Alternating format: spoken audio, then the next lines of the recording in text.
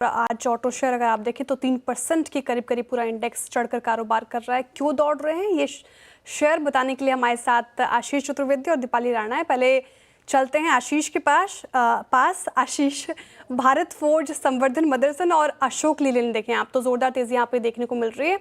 अब तीनों stock of the day क्यों है, कारण क्या है इनके पीछे के, समझाएं। सबसे पहले संवर्धन की बात करते हैं और कंपनी का लगातार कंसिस्टेंट ट्रैक रिकॉर्ड रहा है कि हर बार पिछले 7 साल से 5 साल का प्लान ये रखते हैं सामने। 7 बार इन्होंने रखा है।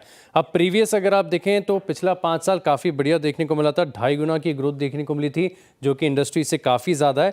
इसके अलावा अगर आप देखें तो प्रीवियस 5 सालों में कंपनी ने 23 से ज़्यादा अधिग्रहण किए हैं और साथ में अगर आप देखें तो जो नॉन ऑटो कारोबार है यहाँ पर भी फोकस बरकरार रखा है। एक और खास बात है कि डाइवर्सिफिकेशन, जो कि एक चिंता का कारण था 7-8 साल पहले, 5 साल में इसको काफ़ी हद तक एड्रेस कर दिया। कोई भी क्लाइंट अब 10% से ज़्यादा कंट्रीब्यूट नहीं करता और जो नॉन ऑटो सेगमेंट है यहाँ पर तकरीबन अगर आप देखें तो 8 गुने की बढ़त देखने को मिली, जिसमें एरोस्पेस है, लॉजिस्टिक्स है, हेल्थ केयर जैसे सेगमेंट्स यहाँ पर भी एंट्री इनके प्रोडक्ट्स के लिए यहाँ पर देखने को मिली। लेकिन सबकी नजरें टिकी हुई कि 2030 यानी अगले 5 साल के लिए यहाँ पर क्या है। तो अगर आप रेवेन्यू का टारगेट देखें तो बहुत बढ़िया नजर आएगा।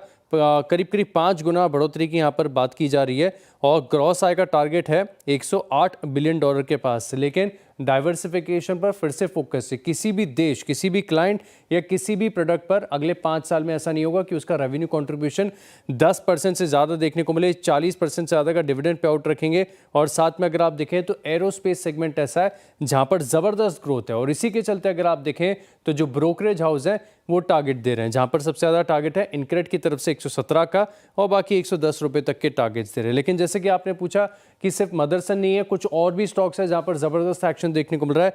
तो बात करते हैं भारत फोर्ज की और यहाँ पर आप देखें कि अगले कुछ हफ्तों में काफ़ी ज़्यादा एनालिस्ट मीट होने वाली है और साथ में अगर आप देखें तो वीकेंड के दौरान जो ट्रंप का रुख नरम पड़ा है, इसका भी एक डायरेक्ट फायदा है क्योंकि स्टैंड अलोन तौर पर देखें तो 35 से 40% आय कंपनी की यूएस से आती है, तो एक थोड़ा सा रिलीफ है। इसके अलावा अशोक लेलैंड, इस स्टॉक में भी जबरदस्त तेजी है।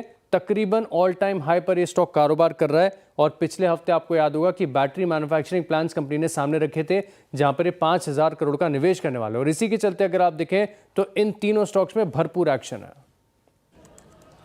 जी हाँ, ये 3 स्टॉक्स जो है भरपूर एक्शन यहाँ पर। और आशीष, शुक्रिया आपका इसके पीछे ट्रिगर्स, इसके पीछे महत्वपूर्ण कारण समझाने के लिए।